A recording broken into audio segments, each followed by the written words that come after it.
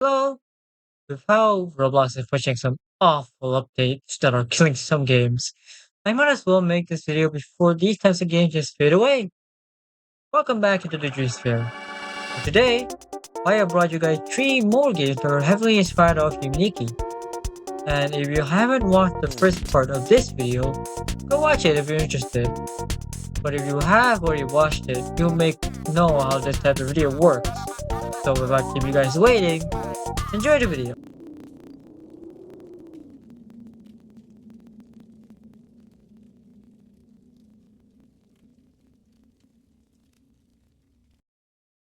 For our first game on the list, we have Enigma. Enigma is an exploration-based Roblox game created by the creator, which I'll put on screen right now because I don't know how to say it, that is inspired of Yume Nikke, Yuki, and many other similar games. Considering this game is based off Yume Nikke, there's of course things like badges, dreams, items, and NPCs. So let's begin our topic for today. You, the player, start in your own little room and serves as the waking will, and as any other Yume Nikke inspired games, you simply head to bed with a dreaming.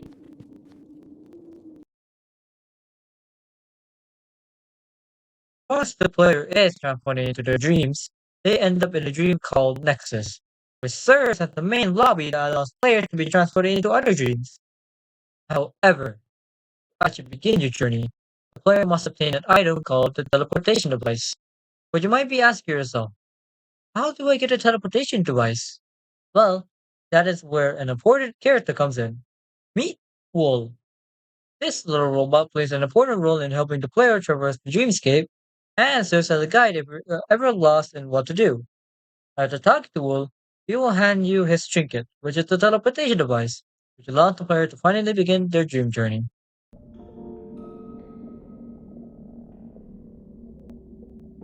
Currently, there is a total of 80 dreams if you count both the main dreams and sub-dreams as the game is still in development. So expect more dreams to come soon. But for now, let's begin with the first category of dreams being the main dream. As I said earlier, Nexus serves as the main lobby for the dreamscape, but it itself counts as a main dream alongside 2 others, those being an aquarium and dance party. You can enter these dreams with the help of the teleportation device given to you by Wool. Both aquarium and dance party are connected to many other sub-dreams which you can find by simply exploring by yourself or with any other friends you bring along. While we are on this topic, let's talk about the second category of dreams, known as sub-dreams.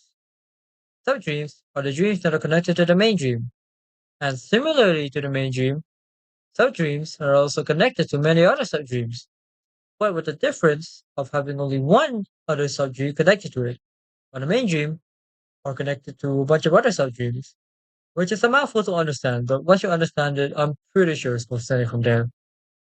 These dreams aren't just visuals, however, as some of them contain badges, which are our next and last topic we are going to be talking about.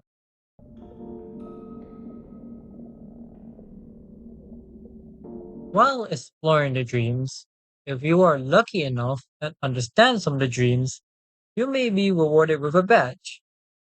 I will only be going over the badges that actually grant the player an item that will prove to be either useful to gain access to more dreams or are just there for whatever reason. Now, there are currently about 6 badges that are attainable, and upon attaining these badges, grant the player an item. These 6 badges, which I'll be going over in order, are Mutual Interaction, Halo, Gumi, Ricard, What the, and Harmony. These items may prove to be quite useful in your journey if you wish to dive deeper into Enigma, or access something as simple as a fun little bunny that you can bring along. There is also a topic I forgot to mention, which are the NPCs themselves. However, I will be going over them considering most of the NPCs are side characters. But if you do wish to learn more about each character, I recommend exploring the dreams yourself to find and meet all the lovely NPCs. And with that, we have our first game completed. Now, let us dive deeper into the Dreamsphere and move on to our next game we have on our list.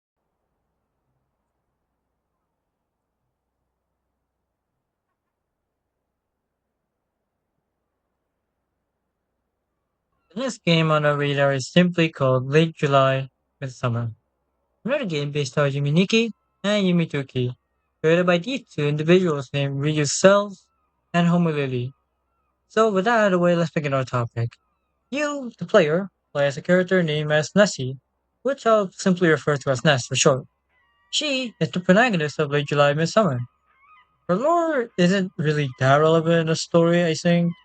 There's not much to go off, but if I'm correct, her motorboat broke down somehow, leaving her stranded at the house she's at.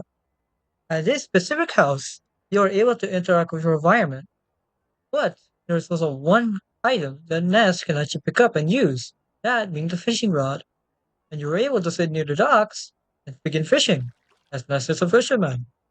I don't really know what to say here, but with the weekend well out of the way, I think it's time for some well-earned sleep.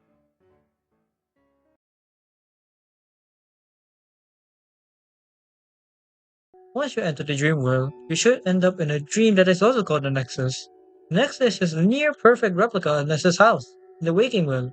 The frontal dock is miners in the house being uninteractable, and the water becomes completely transparent, revealing Earth below it all. So with that out of the way, let's get into our first topic.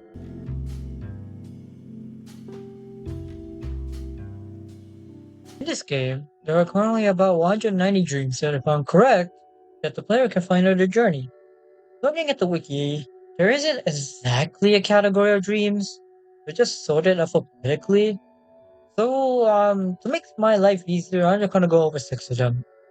Entering the Nexus, you should see about six doors that all gather around in a circle formation, with all six leading to their respective dreams.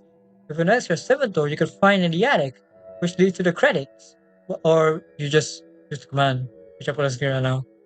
These six doors, which I'll be going over alphabetically, and I won't count credits because credits are credits, are Abandoned City, Cheese Plains, Misty Forest, Riverside Lantern, Train Station, and Wind Turbine Fields. These six dreams are the only dreams that are accessible with the help of the Nexus, and allow the dreamer to explore them for another dreams. Another. I won't show the rest of the dreams, but I highly recommend you guys to explore the game for yourself. Give it a shot. Who knows what you might find. And here's a quick tourist tip: if you're playing this game, um, just don't try to mess with the residents of these dreams. I I found it the hard way. So, um, I had a block of cheese. Can I? What? What? What? Hey, ladies and gentle cheese.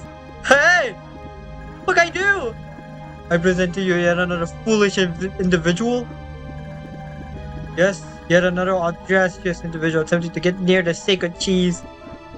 Hey, buddy, buddy, since your time with such idiocy. Whoa, we shall not forgive their crimes. Sir, so I'm pretty sure there was a misunderstanding. What is that below me? My dear traveler, you have betrayed the people's trust and faith.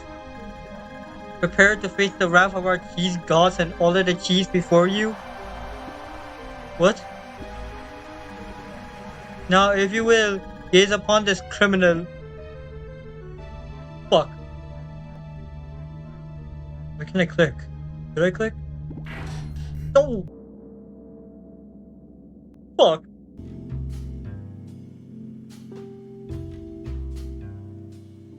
Effects in this game were similarly to gears that the player can use at their disposal, that grant the dreamer a special ability upon equipping said effect. Currently, there are a total of 10 obtainable effects that the player can actually attain via a badge and by completing puzzles. So, going in the order of the wiki, the effects we have are Coca-Cola, Fishing Rod, Teacup, Winter Thread, Wind Up Key, Broken Cell Phone, The Sun, with Gen Pie, and Sa- Saber? Sa- Sabri? Saber. Well, you might have noticed that I only mentioned 9 effects so far. And that's because one of the effects I can actually get at the beginning of your dream journey. Fish! Then item that allows the player to teleport right back to the Nexus. But the thing is about this item, it explodes! Wait, what?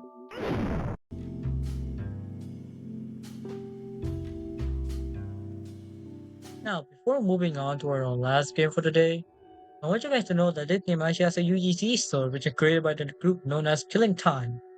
They can actually provide a cosmetic change to grant a change to a certain effect if you bought the right UGC with the corresponding effect. So, if you're ever interested in cosplaying the characters of this game, or just simply wish for a cosmetic change, I recommend checking out the merch they got. So, with all of this out of the way, time to move on to our last game of the day.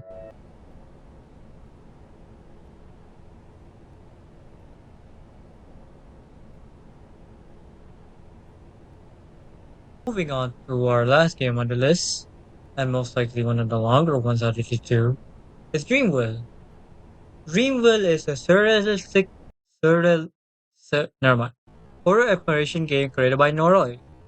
This game takes on a different aspect of the dreamlike genre, as instead of the usual whimsical and sometimes beautiful dreams, surrealistic horror, I hope I'm saying that right, or short for surreal horror, focuses more on the surreal and almost disjointed way of representing dreams, showing the player how uncanny dreams can truly be in an almost nightmarish way, that the visual in this game can be horrifying. You play as a major character that goes by the name of Anatsuki, who is presumed to be the main character of Dreamworld, a monochromatic girl with pigtails that is always seen wearing white. Exploring these surreal dreams, you may actually come across Anatsuki in a lot of these dreams with different outfits. You start off in the real world as you stand near the bed at your bedroom. The player is allowed to explore outside of the bedroom and interact with the lights, TV, but other than that, there isn't really exactly much to do in the real world. So with this out of the way, let's head to bed to begin our journey into the dream world.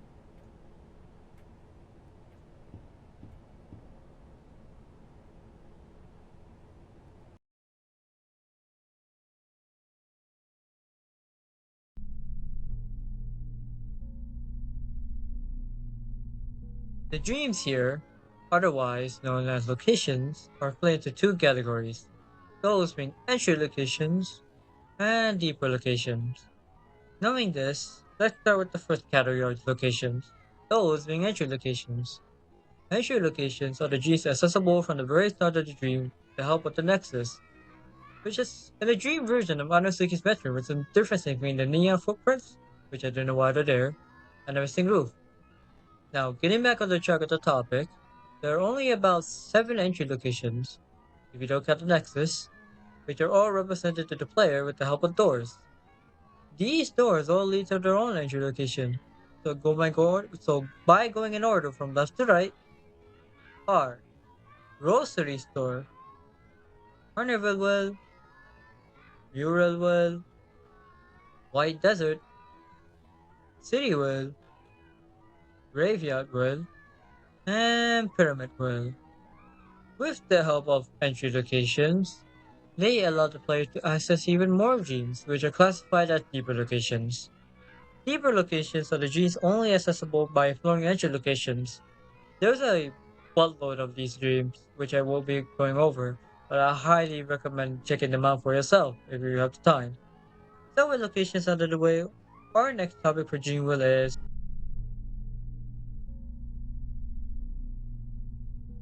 it will it be a Yume Nikke strat game without effects? You know that, right?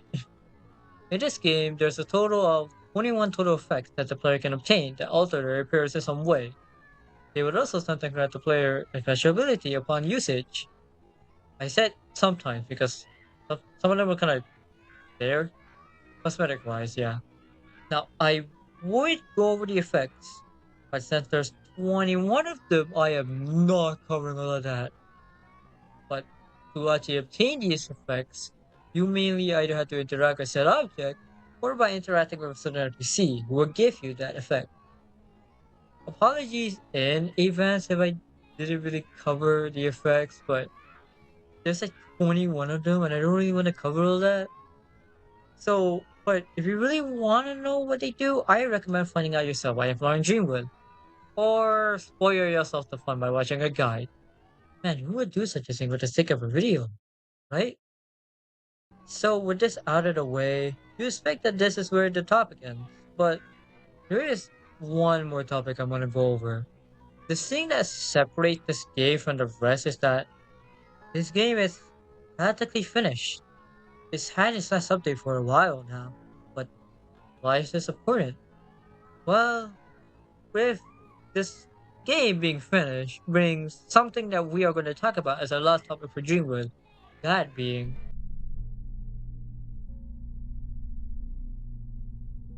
with a finished game like this, endings are quite a rare sight to see amongst this genre because most games I find are still in development. Nevertheless, there is a total of 3 endings that the player can unlock under the right circumstances. Usually, the player would need around all 21 effects and 100 total kills in the game to achieve these endings. However, ending 3 is different for some reason. You need a total of 200 kills. I don't know why, but with that out of the way, let's just move on from that. And the player must wake up back to reality using a different bed that corresponds to each ending. I, I don't really know why they also do that as well. Maybe it's just to make it easier. I don't know. In my case, I got ending 1. All of these endings leave the player with so many questions as each ending is packed with so much lore, alongside certain dreams that you explore. Now, before I start ending 1, I must warn you that this is major spoilers. If you really wish to start the game for yourself, I recommend to play it first and scram away from this video or to skip this part entirely. But if you have already seen it and you know what happens, you can stay. So without further ado, let us begin. Oh, oh, you can change.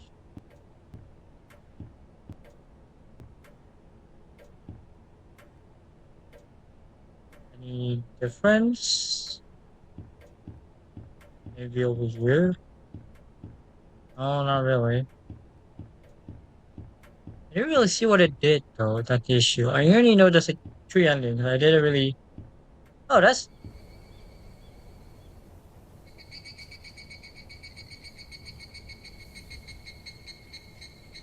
Oh, I forgot. I learned a thing or two from these games. At least the endings were. Man!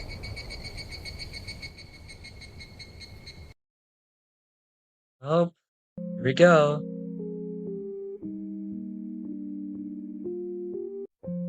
Us. Me. Alan. Oh, wait. That's juice. That's. Oh, maybe? I don't know. Oh, those are the effects on characters. Is that a fucking pill, baby?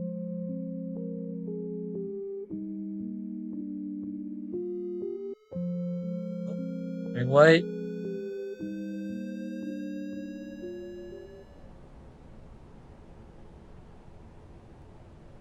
That's Anasuke.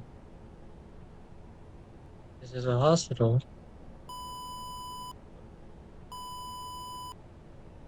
I don't. I don't think that's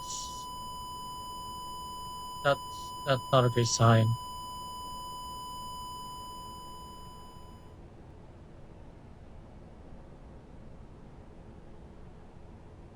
And she's gone like that. Yikes, dude. Greenwood. What a cool fucking game, dog. Oh, of course you got credits. Yep. Oh man. There's like 2 other endings, but I'm not gonna do them because I have to probably restart the entire game to actually unlock them. So yeah, I'll probably just end it here. So this brings the end for today's video.